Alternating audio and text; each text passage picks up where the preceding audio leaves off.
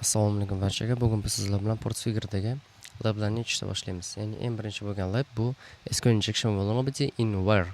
Clause allowing retrieving of hidden data. Ya'ni SQL injection zaifligi where'dagi bo'lgan SQL injection zaifligi yashirin ma'lumotlarni olib chiqib ketishga yordam beradigan. Ya'ni yordam beradigan emas, ruxsat beradigan desak ham bo'ladi. Description'ni qisman o'qiymiz. Ya'ni bu labda bizda SQL injection zaifligi bor. Product kategoriya filtrida qachonki user kategoriya tanlaganda dastur SQL query'larni quyidagi tarzda yuborar ekan. Xo'p, ahamiyat beradigan bo'lsak, bizda shu holat va bizda bu yerda hech qanaqa filtr yo'q. Demak, mana shu yerdan biz injection qilib o'zimiz nimadirlar qilsak bo'ladi. Bizning vazifamiz bu labni yechish uchun SQL injection hujumini ishga tushiring, SQL injection hujumini qiling.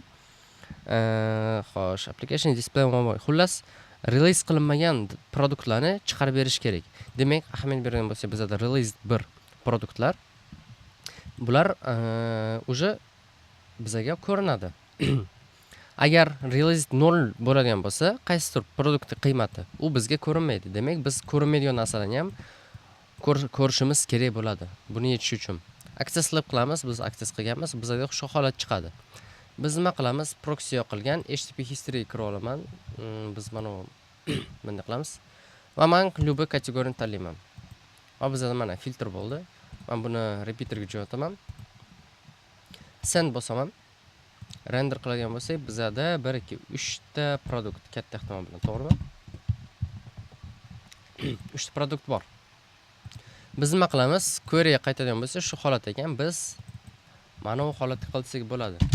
Agar shunga teng bo'lsa yokida or 1 teng 1 qilib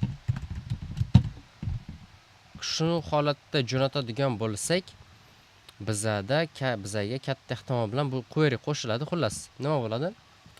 Gifts bo'lar ekan, bu menimcha ishlaydi.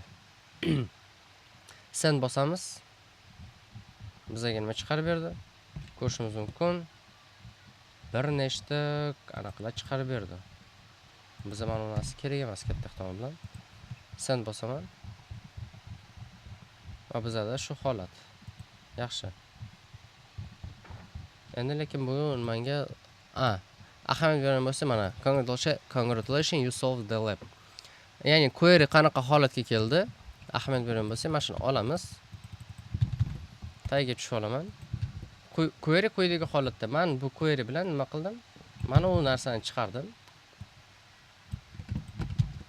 Va shu holatga keldi query. Nima bo'ldi? Select from products ichidan kategoriyasi giftsga teng bo'ladigan bo'lsa yokida 1 ga teng bo'ladigan bo'lsa, 1 ga teng bo'ladigan bo'lsa nima qiladi? Barcha qolgan narsalarni chiqarib beradi. Ya'ni barcha produktlarni. Va bu yog'ini kommentariyaga olamiz. Bu yog'ini o'qimayapti. Va shu orqali biz yashirin ma'lumotlarni sizdirib chiqardik. Keyingi videolarda ko'rishguncha hammalarga rahmat. Assalomu alaykum.